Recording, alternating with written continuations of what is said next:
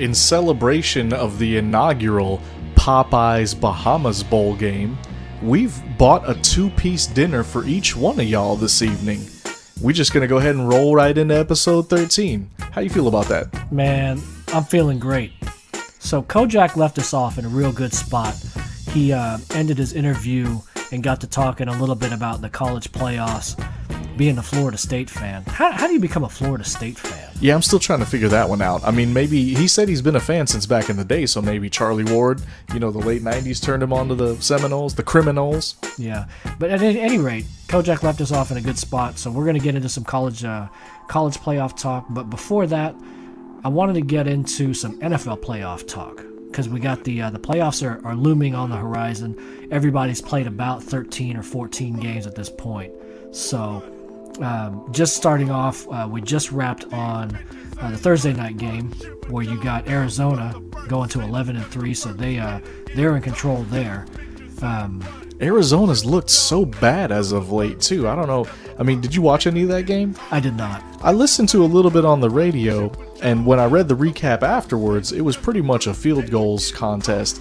And, I really expected the Rams to rise up and beat the Cardinals because they played terrible against the Falcons, and they looked awful. I don't remember who their last matchup was, but they looked terrible in that matchup as well, and I figured they were still on the slide, taking up with the... We're going to cut all this out because I don't know where the fuck I'm going with this. How about that? So you got Arizona moving to 11-3. Let's just go into the NFC since we're there with the Cardinals. So they are their division leader at 11-3. The other divisional leaders, you've got the Green Bay Packers and then the NFC North. You got the Philadelphia Eagles at 9-4 in the NFC East. And then you have the mighty Atlanta Falcons holding down as kings of the NFC South at an astonishing 5-8 mark. So they are currently winning that division and will make the playoffs and will host a game most likely as a 7-9 team. That's ridiculous. It's just like the Atlanta team to go ahead and limp right into the playoffs. Harkening back to the Atlanta Hawks last decade's worth of playoff runs. Sub 500 team.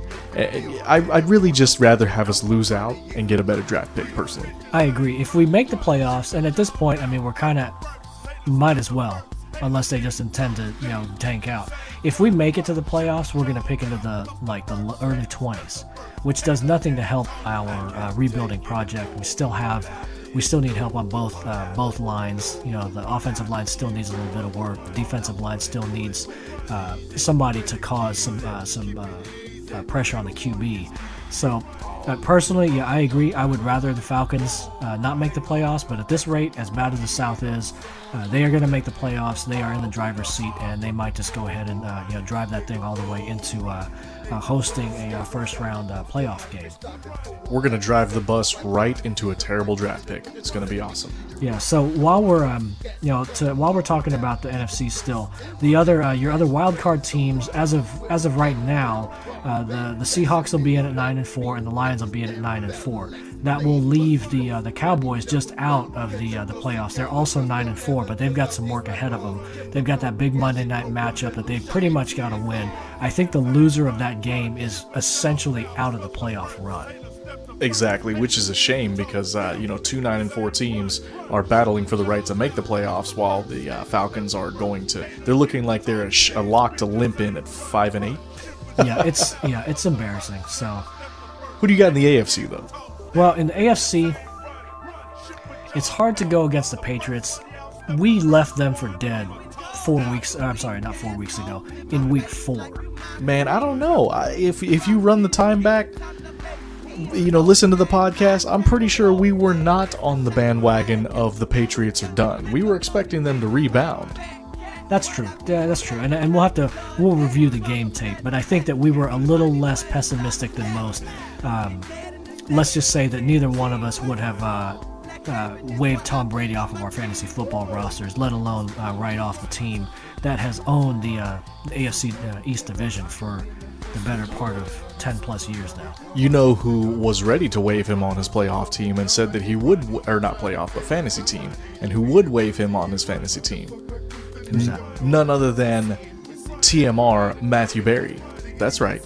Fantasy Football Now, Fantasy Football Focus podcast. He said he would waive Tom Brady back in week 4. Well, he looked bad in week 4, but you just can't. It's just one of those things, man. You just can't write the guy off. I mean, it's they're too well coached and they're too smart of a team. I mean, look at what they did in the late '90s with receivers. They just pulled from the street and just basically ran out there, and they got the job done there. So it doesn't surprise me whatsoever that they've rounded on the form. They're leading the AFC East at 10-3. The Broncos take care of the West at 10-3 as well. The Colts own the North currently at 9-4, and the Bengals. Are the Bengals in the South? Might need to cut that out. The Bengals are in the North. The Bengals. Okay, so the Colts are in the North. I'm sorry, the South, and the Bengals are in the North. The Bengals are 8-4-1. Your current wild card teams are the Steelers and Chargers, both at 8-5. First team out right now is the Ravens, also holding an 8-5 record. So I think way back when I had said I like Denver from the AFC, and I was really hot on Arizona and Detroit in the NFC, but I don't remember who I said to make the playoffs. But my early season pick, the New York Giants, to win the NFC East was a terrible one. Well, I think, to be fair, they've got a new offensive coordinator. They're switching out their scheme there. They went to a West Coast type of passing game. So It really is, I mean, it came back to haunt them. They obviously weren't able to hit the ground running. Odell Beckham, is showing that he is, a fantastic, pickup for them.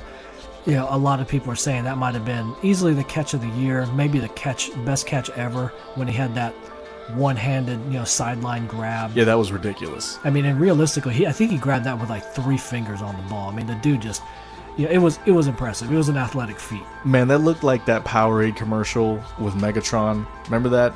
Was that Megatron where he caught the ball and then caught the ball with the one-handed, caught the other ball one-handed, and then caught the third ball with both balls in each hand? Like he made a ball sandwich. Not that Calvin Johnson likes ball sandwiches. Moving along. Hey, you're talking about meatball sandwiches. Right, meatball sandwich. Meatball hoagie, actually. There you go. So, as far as playoffs go, I went vanilla, with my thoughts on that. I figured the Broncos were too loaded, still offensively, and then they signed every major defensive free agent under the sun. Right. So it was hard to go against them. So I like them coming out of the AFC. And then as far as the NFC goes, I want to say I like the Packers. I did not like the Seahawks just because I am a firm believer in the Super Bowl hangover. They looked like they were done midway through the season, but they're rounding into form now. So. They're looking all right now. They might be getting hot at the right time. Yeah, they're looking like a playoff team. They're looking like they got their identity back. They're doing what they need to do. They're leading off with a strong run game. The defense is showing up, and that's always a winning combination. But I don't know if anybody's going to be able to handle Green Bay. They're looking just as dangerous as ever. Aaron Rodgers is looking great. Aaron Rodgers is playing out of his mind. It seemed like after he told the crowd to relax, he was like, you know what, relax, just let me handle biz, and he's done exactly that. They've won, I want to say 9 out of their last 11 games. Yeah, they're on some kind of ridiculous run. Because didn't they go 0-2 to start the season? I'll look it up real quick. Man, but yeah, the Falcons just about pulled that off though. What was that? Thursday, or no, it was Monday night game. We were pretty much one onside kick away. I had full faith in Matty Fat Sacks that night. It was looking like if we got the ball back on an onside kick, we were going to put it in the end zone and win that game. Yeah, that was another a heartbreaking loss. I was listening to that game on the radio as I was driving around, coming home from work, and I tuned it out once Green Bay was up by 3 scores. And like we talked about online, I'm glad that I tuned it out because I saved myself from the heartache of realizing that they came back within 1 score. And like you said, 1 onside kick recovery away from, looking like they were going to go ahead and, storm down the field and score the, game-tying, score. You know who looked really good that game, though? Who's that? Brady Lacy. That's everybody, right. Another guy that people thought were just wasn't going to do all that great, but he's looking very much legit. great compliment, to the rest of that offense. I mean, they've got a great group of receivers, and then they have a power guy like Eddie Lacy there. I mean, that's, pick your poison, So I'm going to stick with the Detroit Lions. Arizona is somehow still getting it done with Drew Stanton, but he just went out with a knee injury. They said he sprained his knee, so he will most likely be returning this season. But they're going to march out Ryan Lindley. He sounded like a kicker to me. Yeah, San Diego State University, Ryan Lindley. I had no idea who he was till I looked him up, to tell you the truth. Big shout out to the San Diego State Aztecs. Great alum from there, Mr. Marshall Faulk. That's right. Greatest show on turf. But yeah, I'm going to go Lions from the NFC wild card way into the playoffs, and I'm going to go with the Broncos beating the Patriots. So you're telling me you like the Lions to go to the Super Bowl? I do. It's a bold call, but that really is. But it's one of those things, man, that the Lions, they have so many weapons on offense that you just wonder at some point in time they're just going to get hot and they're just going to score 50 on everybody. Exactly, and they're 9-4 right now, and Calvin Johnson missed 3 games. Yeah, it's I don't think I would be that bold. Like I said, I still like the Packers. I think when you get into that playoff situation, it's hard to argue against that team. They're going to be able to run the ball effectively, and they're sure as hell going to be able to throw the ball if they, when they need to. Exactly. I think the Cardinals are a fraud. They're not going to be able to make it. They're going to get into the playoffs without a doubt, but I don't think they're going to win more than maybe their opening round matchup. That's it. I mean, you can't do that with a third string quarterback, and even if they get the second string guy, Drew Stanton is not going to. He's not exactly, instilling faith, at least in me. Right. So it's safe to say that Megatron Meatball Sandwich will be in full form for the playoffs. And I think he actually officially missed 2 games, but he literally played like 7 snaps in that third game, so I count that as a miss. And I know this because he was on my fantasy football team, and he laid 3 eggs for me in a row. Pissed me off quite a bit. Yeah, that's a tough pill to swallow there. It's like my dynasty team with the aging Andre Johnson. I think I have J.J. Watt on that team, and J.J. Watt has scored more touchdowns still than Andre Johnson has. I'm pretty sure J.J. Watt has outscored Andre Johnson on that team for the last 3 years in a row. Yeah, he has. So far this year, Watt is the third leading scorer on that team, behind the likes of Phillip Rivers and Randall Cobb. Nice. So moving along, though, who do you have in the college football playoffs? Okay, so college football. Let's preface it by saying, so we got the inaugural BCS playoffs coming in. So your top 4 teams, just to recap, you got Alabama at number 1. You've got Oregon at number 2. You've got who's number 3? Ohio State at 3, and then you've got Florida State at 4. So I can't argue against Alabama. That team's loaded, and it's not even a good team, but there's so much talent on that roster. It's going to be hard to beat them heads up, in one game. We've seen much better iterations of the Alabama team in the past. Julio Jones's team, for example, even last year's team, I would argue, is better than this year's team. Was great, yeah. But yeah, I have full confidence in Alabama beating the pants off of Ohio State and their third string quarterback, and then rolling right through Oregon in the final. So you like Oregon to beat Florida State then? I do, only because I don't think Jameis ekes by this one. I think Oregon is going to put up about a 20 to 24 point lead by the half, and Jameis is going to make a valiant comeback. But in the end, it's not going to be enough, and Oregon rolls into the Natty. Now, here's a scenario that I want to propose to you. Let's say Oregon gets the ball first, and let's say they don't go 3 and out. But what if they have to punt on their first possession? And then Alabama, even if they score a field goal, what I'm getting at is, what if Oregon doesn't get off to their typical, positive start, where they, score a touchdown, they get, a couple touchdowns early, and then start just, systematically just wearing down teams because the other team is having to press a little bit. Because I don't think they're going to be able to do that necessarily against Florida State.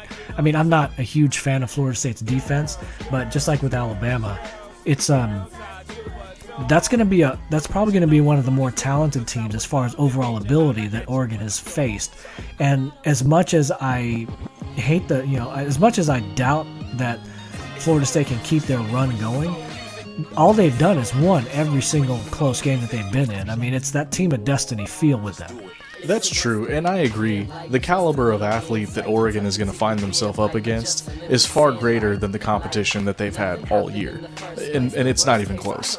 The high schools that are in Florida that 80% of them wind up going to University of Florida or FSU, they're far more athletically talented than anything that's Oregon doesn't even really recruit. We discussed this offline. They coach them up, and they do that really well. They coach up their guys. They get guys. They get a guy like Marcus Mariota, who's going to win the Heisman tomorrow. By the way, that's a lot. That's a done deal. He was recruited by one other college coming out of high school, and that was the mighty Memphis Tigers. That was it. It was Memphis and Oregon, and that was it. I can't even think of a Memphis Tiger other than DeJuan Wagner right now. There you go. He played basketball. And he dropped the Hundy in basketball. That's right. I was going to say the only reason I know the names because he dropped a century. Didn't I think Derrick Rose played over there too? But that's right. Neither of these guys play football, so that makes our point perfectly.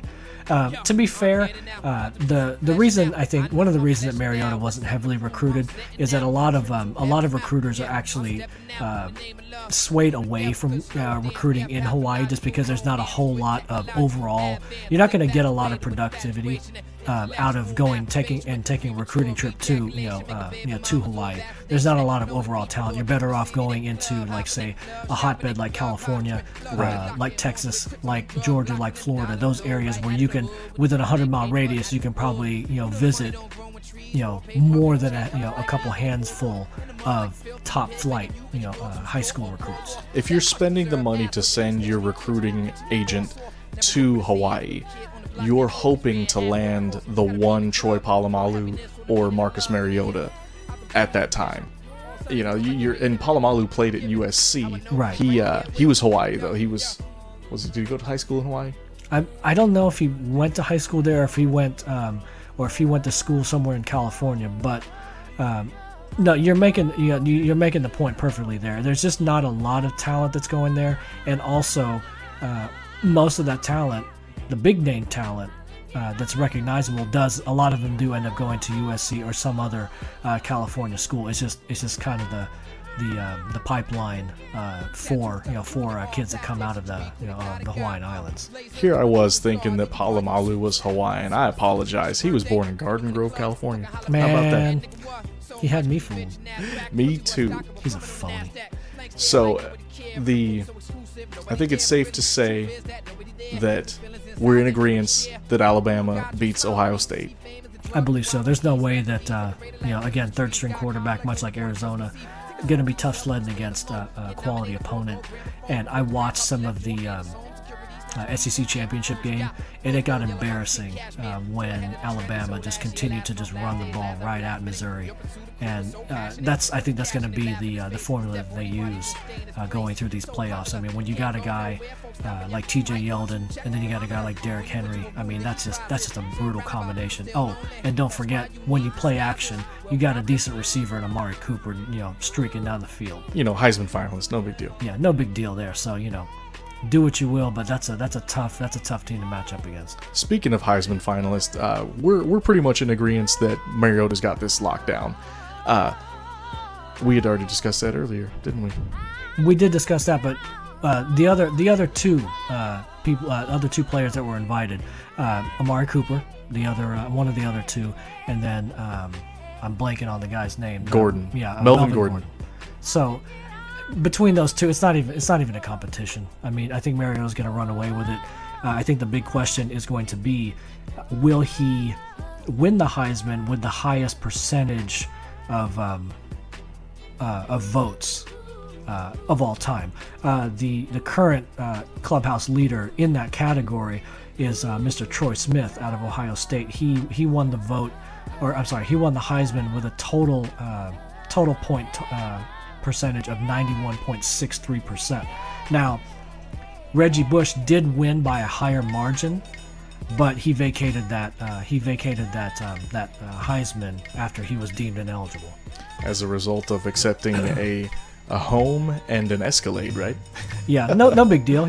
Easily hidden from prying eyes by the NCAA. But yeah, I think that's going to be the only intrigue tomorrow, Saturday the 13th, as to whether or not Mariota will win with a higher margin than Troy Smith. And that's a shame that we're only discussing margin of victory, because I honestly felt like Todd Gurley had a chance to win the Heisman, even coming back from suspension, had he not torn his ACL. I agree. He would have been another good vote. Before he got suspended, I think he was leading the way. I mean, he was just dominating a class of opponent that was better than what Oregon was facing at the time and traditionally faces. So I think he would have been a very close competitor to Mariota. I mean, Gordon has put up ridiculous numbers too. I mean, he had that 400-yard game in three quarters. But it's not a whole lot of there wasn't a whole lot of flash behind all that, other than the humongous video game numbers he put up. Exactly. Well, speaking of Todd Gurley, we have another special guest for y'all this evening. We actually were proud to welcome for the first time Mr. Peacock to the podcast. He is also a purveyor of all things Atlanta sports related, and he owns and operates Mr. Peacock's Square Plays. Y'all should check that out on YouTube. So without further ado, we've got Mr. Peacock himself on the line. Go ahead and introduce yourself and tell us a little bit give us your resume, so to speak, who you're a fan of. Let's just go college football, Major League Baseball for right now, and how long you've been a fan. Well, so, I live in Atlanta, and I'm definitely a fan of the local teams here. University of Georgia, as far as football and baseball, I follow both of those programs very closely. I have season tickets for both of those, and go to absolutely as many games as I can. Professionally, big fan of the Atlanta Braves. As a matter of fact, I actually just bought season tickets for 2015 Atlanta Braves baseball the other day, so I'm really excited about that as well. Nice. Got all 81 home games, which I will not be attending all of those or even, half of them, but I do have tickets for all of them. So you went ahead and pulled the trigger on that deal, huh? We were talking about that when we were in Florida for Georgia-Florida weekend.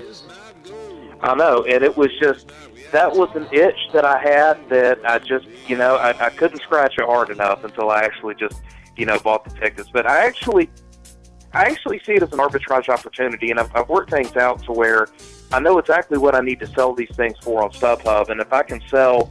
I don't want to get into all the specifics. It's probably not very interesting, but if I can sell X number of these on StubHub for Y amount, then I'll basically have about 20 games that I can go to just for free and still actually make a little bit of money on the season ticket investment. So that's kind of the way that I'm treating that. Yeah, and I think that's really, as far as season tickets go, I think that's the most logical way, to go about it. Unless you have all the disposable income and the free time, I just can't see, attending, that many games. Like, we've got guys in our at work that have that go, part on Blazers season tickets, and they just divvy up the tickets for whatever games they want to try to go to. So that works out for them as well. Yeah, my thinking is that, I'm going to go to a lot of games, I'm sure. I'm sure I'm going to use these a lot, but, it's not very difficult for me to get down to the stadium, and it's not very costly either. I can just do that on public transportation. The biggest kind of drawback with me is just the availability of beer at the stadium. And I feel like if I'm down there, there's always going to be that temptation to have, 4 or 5 cold ones while I'm sitting there watching the ball game. And then, that turns into a lot of money and a lot of calories and whatnot also. So, that's the one thing that I'm a little bit skeptical about. Oh, the pitfalls of Major League Baseball. I know, that's right. But anyway, so what I really wanted to dig into this evening is a little bit of talk about Todd Gurley. He's really been a hot subject on the FCK podcast. We've really had a lot of discussions at length about the suspension and whatnot. How do you feel he did? I just sent TJ the article, Mr. Peacock. I forwarded him the article from Grantland that ran right as the suspension happened. And basically, the summation of the article to me was the paragraph that states that Gurley's already established himself as the most surefire prospect since Trent Richardson at the running back position. And sure, he might miss out on the Heisman, but he preserves himself from a year's worth of injury by not coming back. Well, this was before he suffered the ACL injury, of course. But how do you feel this bodes for his future as an NFL prospect? Well, I mean, obviously, I think any time a guy tears his ACL, it's going to be difficult. And, it's going to kind of put him behind the eight, especially when he tore it. I mean, it was pretty deep into November. It was on the 15th. So it's going to put him behind the eight ball a little bit as far as the combine and, pre-draft workouts and things like that. But the good news, though, is that they have pushed the draft back a little bit. And, they pushed they pushed a lot of the pre-draft workouts and stuff back a little bit as well, So, I mean, I think if this happened a couple years ago when they were still holding the draft in April, it would have been, in early April, I think it would have been a little bit more difficult. But it doesn't, I mean, it's not like it helps them, but I don't think that it necessarily hurts them all that badly. I think that the running back position has really kind of been devalued a little bit in the NFL draft anyway. I think that's pretty obvious if you look at past drafts. And I think that Todd Gurley was going to go in the first round, that he was going to go late in the first round. And honestly, I still think he's going to go late in the first round, even with the injury.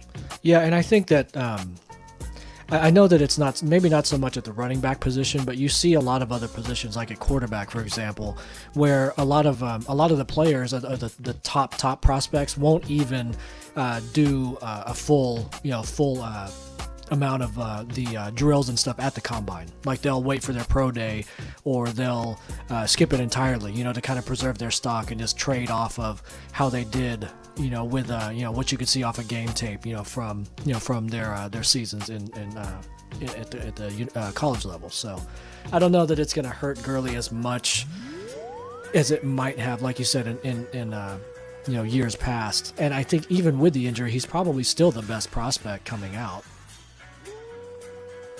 I would agree with that. I mean, I think that he has a skill set that's is pretty obvious if you look at the tape, and I don't think that it's necessarily going somewhere or going anywhere with a repaired ACL. And I think that skill set is in very high demand. It's funny, though, actually, I was thinking about this earlier today, and if you remember last season in 2013, Zach Mettenberger tore his ACL in LSU's last regular season game when they were playing Arkansas. And that really put Mettenberger behind the eight ball because, I mean, he really only started for 2 years. They kind of sheltered him in LSU's offense that first year.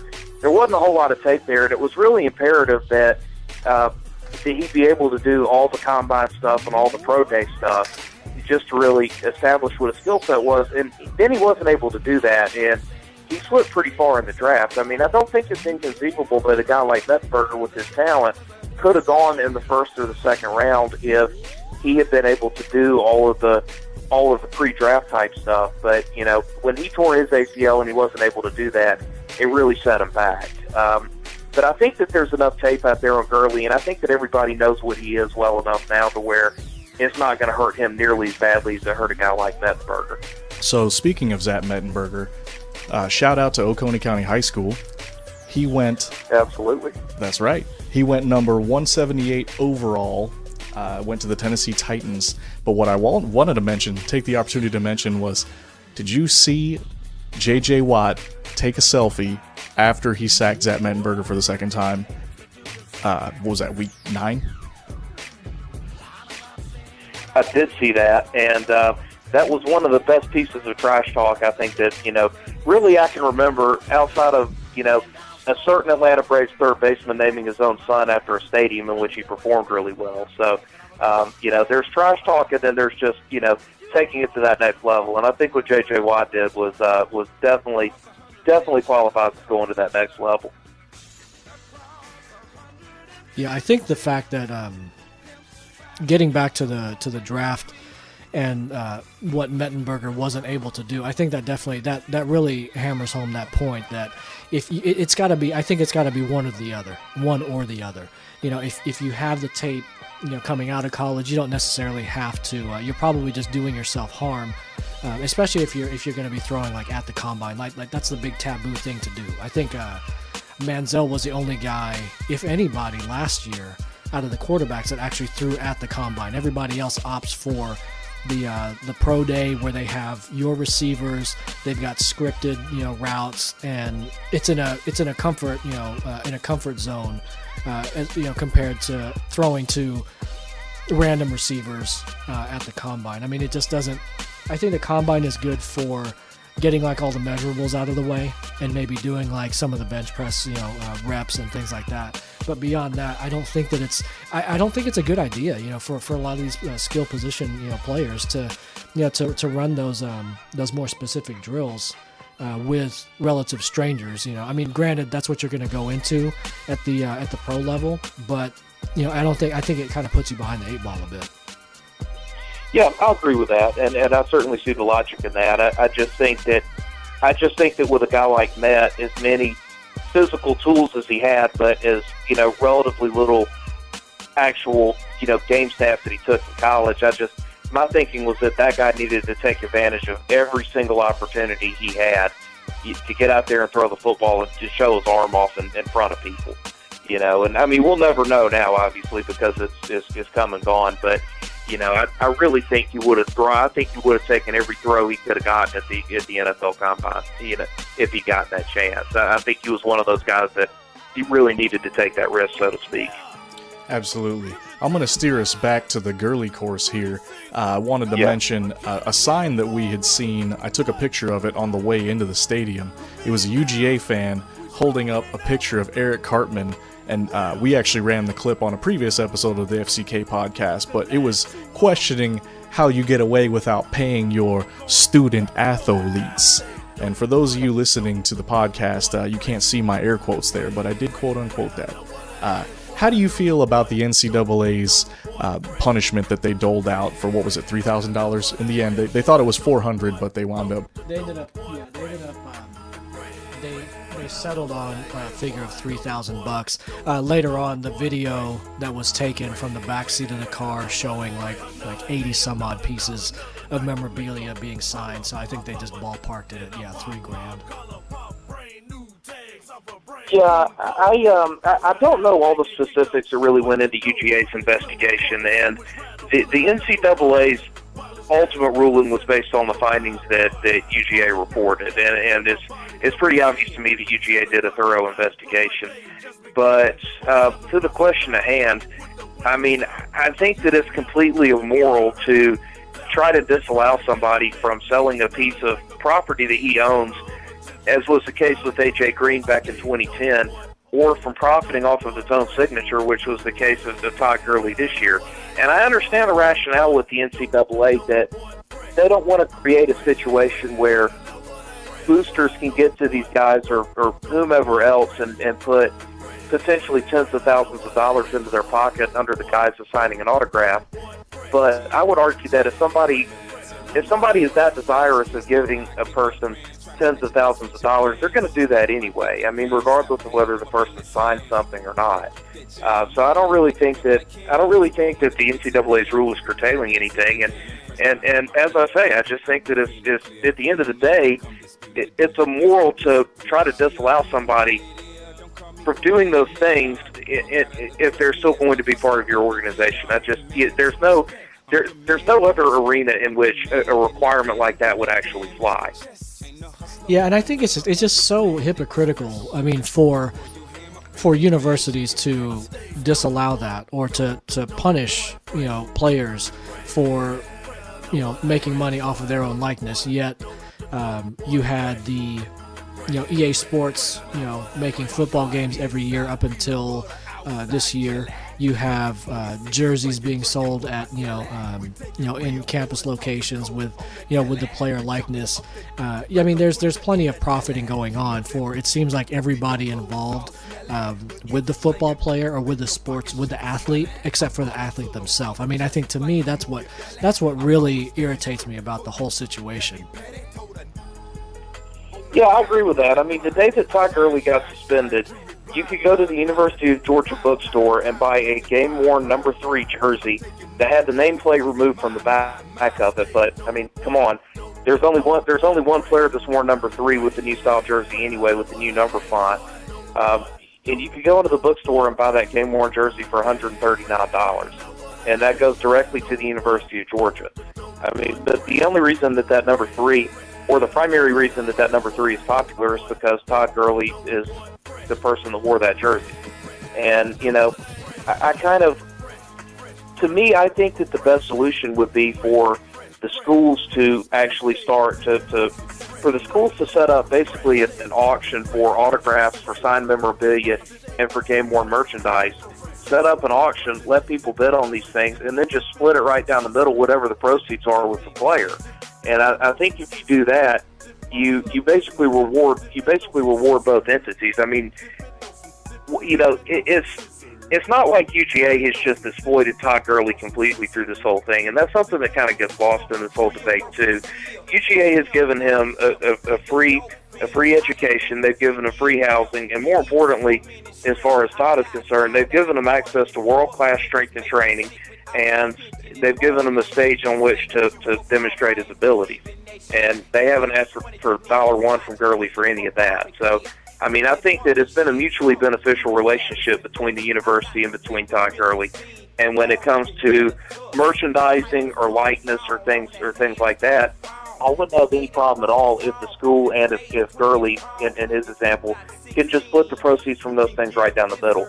And I think that if you were to enact something like that was administered by the school, that would cut out a lot of these douchebag types like this Brian Allen guy. And, you know, there's I don't want to call it a black market, and I don't want to, you know, cast aspersions or anything, but I mean, I think that these are people that you wouldn't really want to associate with a lot, guys like Brian Allen and people that are in that autograph game. And I think that if you set up a system, an auction system through the school like that, and had it administered by the school, you could put some money in these athletes' pockets, and then you could also cut out that nefarious element as well.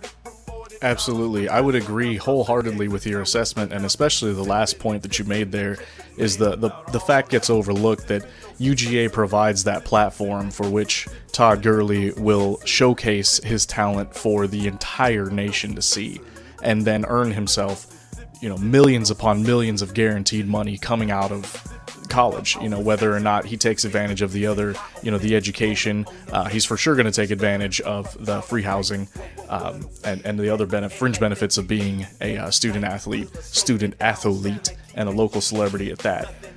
So, anywho, I wanted to change. Did you have anything else to say on the subject? I mean, I think we could definitely we could talk about this ad nauseum. I think there's all sorts of other angles. Excuse me, that we could cover. One interesting thing that we could chime in on, and of course, this is always one of those. One of the arguments that will be raised when you talk about paying athletes is you talk about Title IX. You know, you want to, then everybody wants to get a piece, and everybody wants to get, everybody will want to stick their hand out. You know, if you start paying, certain players or certain sports. Right, but you could essentially, I mean, you incentivize greater performance. I mean, how many equestrian jerseys are going to sell, you know, versus a Todd Gurley, for example? You know, like you incentivize. Well, I guess it's already incentivized to the maximum. You know, football is the cash cow for all collegiate athletics. So yeah, that's the sport that's most. I mean, we could go into. I think we had discussed offline about how soccer will never be big in America because we incentivize the other spectator sports far greater. So I think it's still unfair, even if you're divvying it up amongst all athletes, because football players have that distinct advantage. Yeah, and I mean, it's one of those situations where I think, honestly, it's just, you're not going to be able to play fair across the board with everything, so you're just going to have to pick and choose your spots. I mean, at the end of the day, universities, like you mentioned, that football programs, for the most part, are funding the vast majority of all of the other athletic teams at any given university. So it's not as if those players in those sports aren't already benefiting from, say, a great football team. So in a sense, I mean, they're already getting benefits from a good football program or a good basketball program. I agree with that, and I think one thing too to keep in mind about the plan that I proposed, I'm not suggesting that you just limit that to football and men's basketball. I mean, you could. There may not be a lot of demand for this, but I mean, you could set up a similar auction type thing for women's volleyball, equestrian, swimming, and diving. I mean, just all the sports across the board, and then basically just let the market sort out what they're willing to pay for likeness. I mean, and at the end of the day, that seems to me to be the most fair way to do it. And I think, and I'm not a legal expert on this, obviously, but I think that would be completely compliant with Title IX. I think. I wanted to point out one other thing about Todd Gurley, if I could, kind of going back to, UGA and the things that UGA has done for Gurley. This is one thing that gets overlooked a little bit and is not mentioned in the Grantland article, although in Grantland's defense, this wasn't really widely known at the time that he wrote the article. UGA purchased an insurance policy for Todd Gurley that contains up to $10 million in coverage for just this year, and it would pay Gurley $5 million if an injury caused him to drop out of, it will pay him up to $5 million. It will pay him $5 million if an injury caused him to not be drafted at all, and it will pay him up to an additional $5 million if an injury caused him to slip outside of the first round. So essentially, what UGA did was purchase an insurance policy for Todd Gurley that would ensure that Todd Gurley is ultimately compensated as a first-round draft pick. So I think that undermines extremely the idea that Gurley was taking some tremendous financial risk in playing football this year. At the end of the day, when he took the field against Auburn, he was guaranteed of being paid as a first-round pick by May of next year. So, I mean, and UGA absolutely did not have to do that, but they did anyway.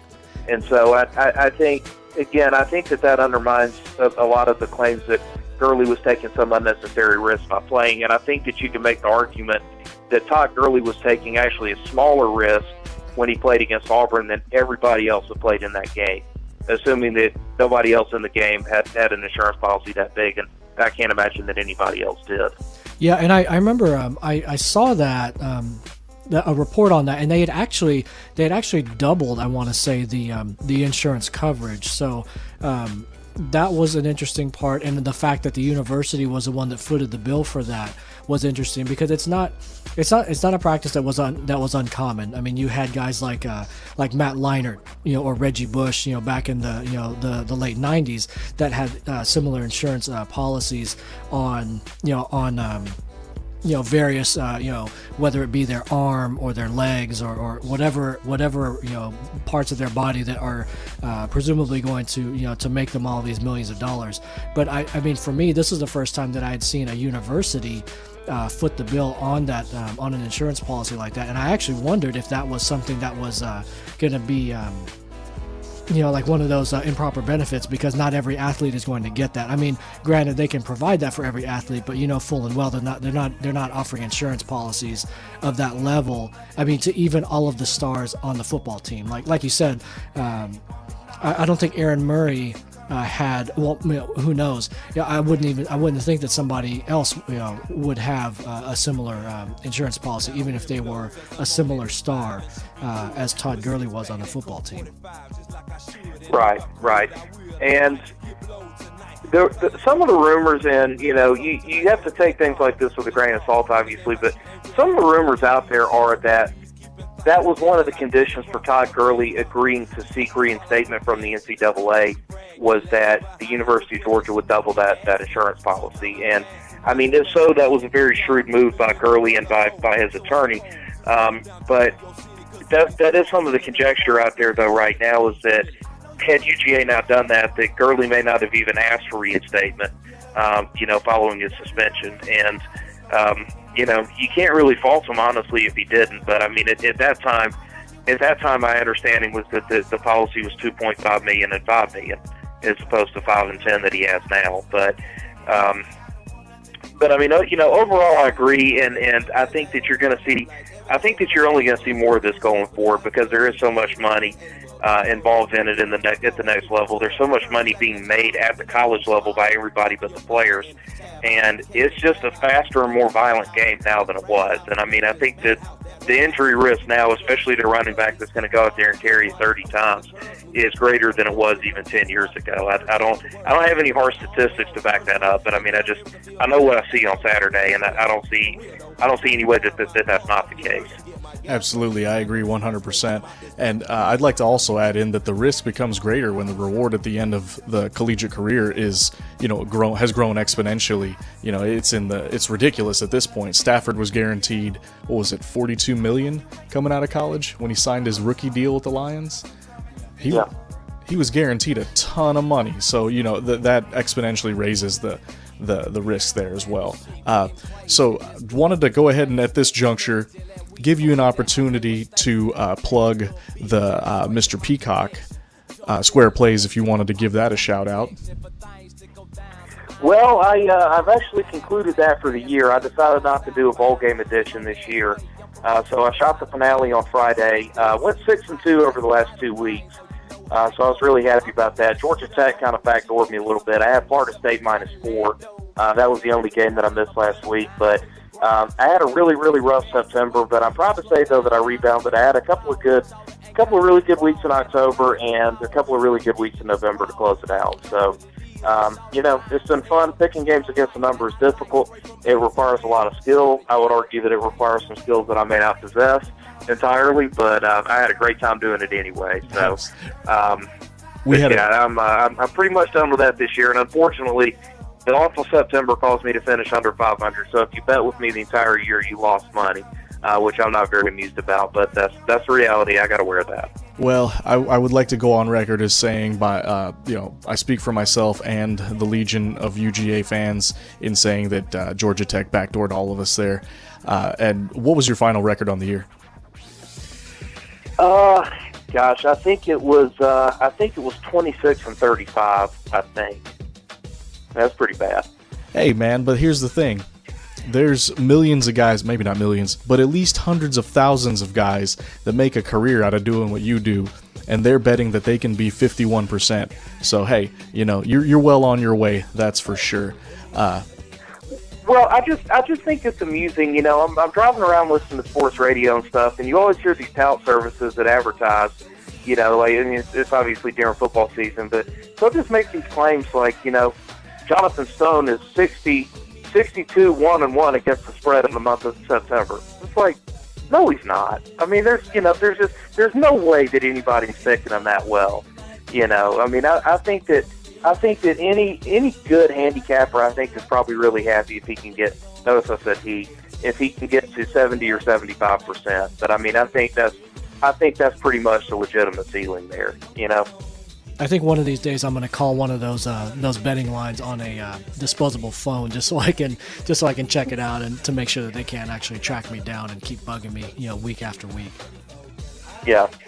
Well, yeah, that's the thing, because they always, because I have called those numbers before, and it's always, hey man, we're really busy right now. Just leave me your number. I'll get back with you in 5 minutes. And so they'll call you back in 5 minutes and tell you what game to take, and then they'll call you back 40 times after that to try to get you to sign up. And they'll insult your financial status. They do that to me a lot. They tell me how poor I am, and stuff like that. Like, okay, yeah, go ahead and insult me. That'll make me spend money with you. But that's their tactic. Sounds like a pretty classy group of individuals. Really appreciate having you on, and hopefully we can do this again in the near future. Yeah, absolutely, guys. I would love to just, I mean, as much as I like talking about Georgia football, I mean, we can sit here and talk Braves baseball as long as you want to. I mean, because I'm really excited about that. And I got a lot of things to say about that Jason Hayward trade also. Yeah, and I think that it's definitely something it's even got me, like, as a more of a peripheral fan interested, because there's been so much movement in the front office. There's been so much restructuring and kind of retooling just with the scouting department and overall talent evaluation. It's got even me excited as far as what the prospects will be going into 2017 that they open up the new ballpark, and how the that opening day roster will look, regardless of how how things may look going into 2015. Yeah, I agree with that. And I mean, I think I really think right now the roster actually looks decent going into 15. I mean, it's not something that you look at and say, we're going to win a World Series with this group. But I think we're going to pitch real well. I think the chemistry will be a little bit better, and I think they're obviously going to cut down on some of the strikeouts too. And that's a big thing. And as far as the front office moves, I keep telling myself, you're not going to be a Major League Baseball general manager if you can't stand in front of people and talk and answer questions intelligently off the cuff and inspire confidence in others. And that's just kind of a requirement of the job. But that said, every time I've heard John Hart talk about anything, he has really inspired a lot of confidence in me. I mean, he just comes across as a guy that really, really, really knows what he's doing. I mean, more so than Frank Wren did. And I'm really excited to see the direction of this thing over the next couple of years. A quick thing on John Hart. I read this article talking about when he was early into his Cleveland Indian days, when they had the big off season where they signed Dennis Martinez as a starting pitcher and then Eddie Murray as their first baseman and DH. The sell job that he did to both of them, from what the article said, was that when they entertained Martinez, he said that the wind always blew in, at the ballpark, and then later on when they entertained Eddie Murray, he was saying the exact opposite, that the wind always blows out. So, I mean, he definitely does seem like the kind of guy that kind of knows his way around. He knows what he's doing, and he's got that little bit of extra, kind of ingenuity, I guess you could call it, to kind of help get the job done. Yeah, and I mean, his track record speaks for itself. I mean, he built a powerhouse in Cleveland. He built a powerhouse in Texas, and I don't have any reason to believe he can't do that here. So the Braves just recently traded Jason Hayward in a shake-em-up maneuver. I really feel like it's gearing us more towards the future to welcome in the new regime. It's kind of like clearing out the old, not even old, but clearing out space for future maneuvers, and knowing that we couldn't keep the young core together. It was either keep Hayward or keep Freeman, in my eyes. And honestly, I'd rather have Freddie Freeman. That's just me. What's your take on it? Well, I mean, honestly, between the two players, I would rather have Jason Hayward, but they locked up Freeman to an 8-year extension last fall. It was about 12 months ago, actually. And they tried to, as I understand it, they tried to do the same with Jason Hayward. They couldn't quite reach a deal with him, and so they signed him to a 2-year deal. So he was going to be hitting free agency after the 15th season anyway, and I believe that the thinking was that Atlanta just was not going to be able to re-sign him once he hit free agency in 2015. John Hart's made some references to Hayward's agent Casey Close as being a very difficult guy to work with and to negotiate with. And I think that the Braves, and I think that they're completely justified in thinking this, I think that they just believed that there was no way that financially they were going to be able to make it work with Hayward long term. So with 1 year left on his contract, I think you have to make a move. As much as people who understand baseball really hated to see it, I think that you had to do it. And the other thing too that's worth pointing out is, I mean, at the time that they made the Hayward trade, they only had 3 guys in the starting rotation for the 2015 season. You didn't have anybody at the minor league level who's ready to step up and become a starter. So, I mean, it was imperative that you had a frontline Major League Baseball capable starting pitcher somewhere in the offseason, and the Hayward trade afforded them the ability to do that. It got them a really good pitcher in Shelby Miller, and, that's a guy that's under control until 2019 also. So when you look at it that way, I mean, financially it makes a lot of sense, not only for beyond 2015, but for right now. Yeah, and I think that's the thing is from everything that I'd been reading, they basically offered a similar contract as they offered Freeman, and I think Hayward ended up wanting a little bit more.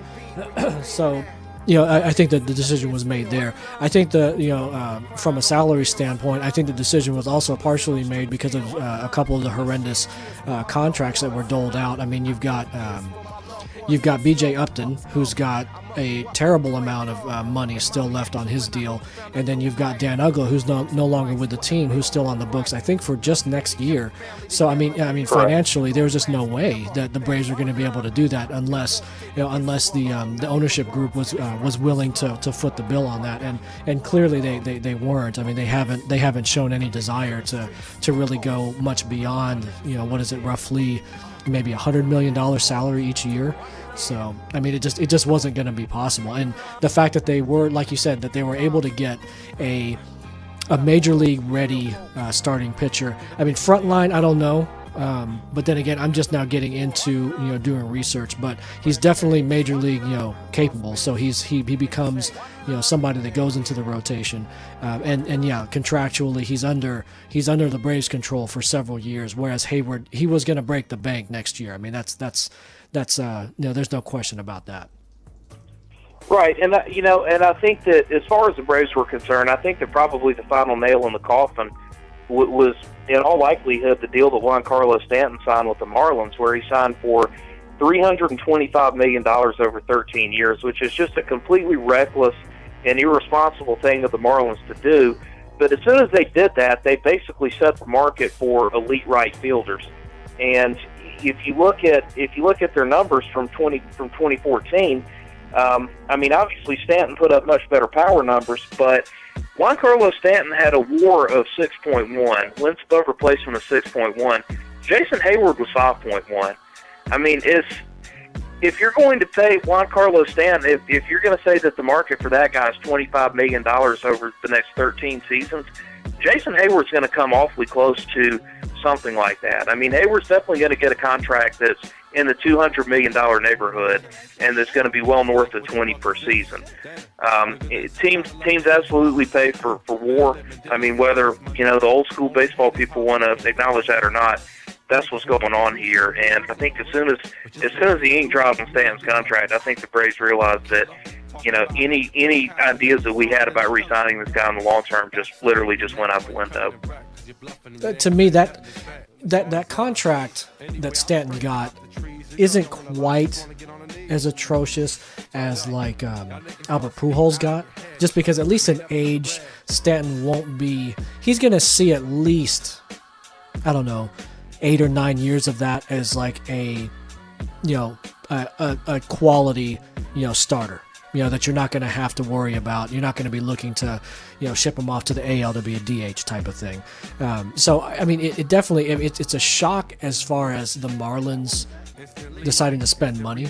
But I guess if you're going to throw money like that, if you're going to throw $25 million a year out, I think Stanton is one of those guys that that's worth it, just because of what he can do from an offensive and defensive standpoint. And to be honest with you, I really do appreciate Hayward as a as a hometown product. He's second to none as far as a defensive right fielder goes. But there have been talks recently about how he's been regressing as an offensive player. So I mean, not to say that he was, but you just can't afford to play around when you're talking about the $20 to $25 million a season range. I mean, you cannot miss on a contract like that. I mean, we did that twice so far, and that's what I mean. It's submarine Frank Wren's ability to really do anything. I mean, when you hand out, basically with Uggla and BJ's contract, I mean, that's essentially what it would amount to. I mean, it's just a ton of money that's just locked away, and you're not going to be able to move it. So, I mean, I think for me, it's the smart move, just because he's not going to be the absolute five-tool kind of player that should warrant that kind of monster deal. But then again, I wonder. I mean, Freeman got a really sweet deal too. So I mean, I think maybe Freeman is a little bit more along the lines of being worthwhile of that contract, and plus playing first base, it's probably from a longevity standpoint, it's probably easier to pencil him in for that number of years versus an outfielder who's going to need to stay athletically viable more so than a first baseman. Yeah, I don't disagree with that. I just think that given Hayward's age, I mean, he's really coming into his prime right now, and I know he hit a lot of home runs his rookie year, and especially the start that he got off to in 2010. I think it kind of caused everybody to think that he was going to be a perennial 40 home run a year guy. And, you know, the power obviously hasn't developed the way that we thought. But, you know, while he was doing that, something else developed with the guy or began to show through, and this is that he's an extremely capable leadoff hitter. And, you know, I think he really filled a void for the Braves there where that was concerned. And, you know, he's one of these really rare guys that could hit 1, 3, or 5 for you. And, I mean, you just don't have a lot of guys out there that can do that. I mean, Freeman can't do that. You know, and I mean, obviously just because of a lack of speed. But, I mean, I am 100,000% convinced that Jason Hayward's best days of baseball are in front of him. And I think whoever it is that ultimately locks him up to that long-term deal after next year, I think they're going to be extremely satisfied with it. I really do. Did you know that Jason Hayward, in his first major league at-bat, hit a home run? I was watching that game. Can you name... You were watching it as well? Can you name any of the other players that have done that as well in their first major league baseball at-bat? Ooh, their first at-bat? Their first at-bat. Goodness. You know, Jordan Schaefer homered in his first game, I remember, and that happened in 2008, I want to say. But I don't believe it was his first at-bat that he did that. I used to know the answer to this question. I think it's an all-time great, if I'm not mistaken. The only one that comes to mind, and I know there's multiple players that have done this, but the one that I used when I asked you this question right after that Jason Hayward home run via text message, Will Clark, third baseman for the San Francisco Giants. Yeah, there you go. So to put things further into context, moving away from the Braves and going into the Marlins a little bit, I know we were talking about Gia's deal, and what do they call him? Stanton? Carlo? I like Gio as well, but Sheffield. Remember when Gary Sheffield signed with the Marlins back in '94? I do. And that was a big deal to all of us as adolescents, because at the time he was the highest paid third baseman in the league, and he would have been the highest he was the highest paid player on the Marlins team. Care to take a stab at how much his 4-year deal was worth back in 1994? Probably like $12 million or something like that.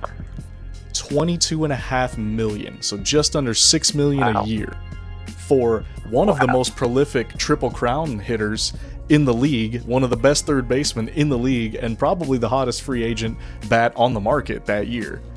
$22.5 million.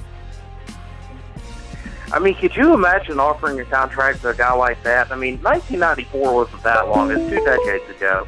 But, I mean, can you imagine offering a contract to a guy like that you fully expect to hit 40 home runs a year for you? Not at all. Not at all.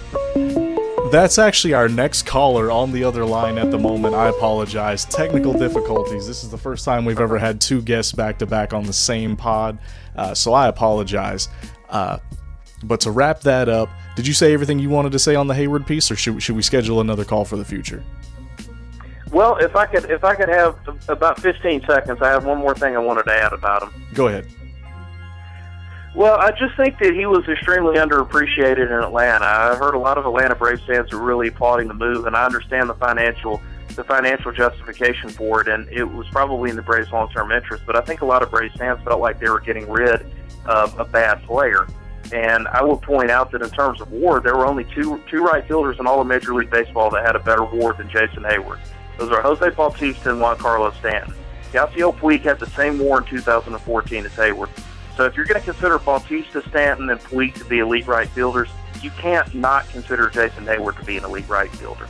No, and I agree. You hate to lose guys like that. I totally agree. I mean, I think that the financial motivation is what ultimately overruled any other any other talent evaluation there. I mean, it's definitely anyone that thinks that Hayward was easily traded away because he wasn't something that the Braves wanted to keep. I think they're sorely mistaken. It's just one of those situations where, I mean, they had to make a move.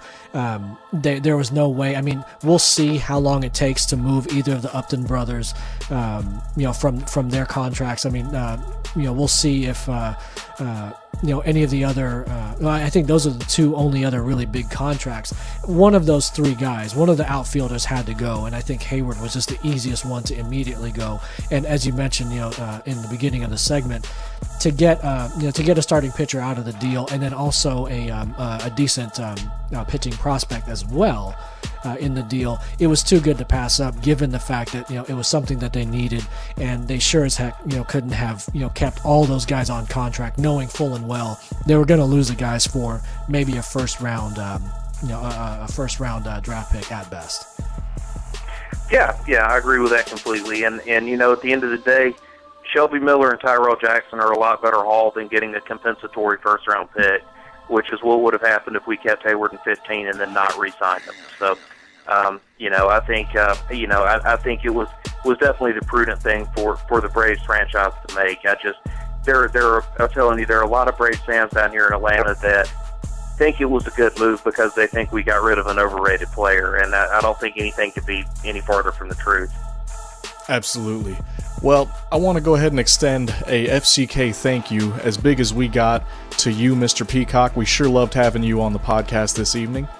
Yeah, absolutely, guys. I sure did enjoy it, and I'm free to join you guys anytime. I can't really add a whole lot about NBA basketball, but other topics of interest, I've got plenty to say, obviously. So no, we definitely appreciate it. Yeah, it's definitely appreciated, and we'll definitely look to do it again in the near future. I mean, like you said, baseball's something that's going to be on the the front of our minds with the off season quickly approaching, and then it's always football season, so we can always talk about Georgia football.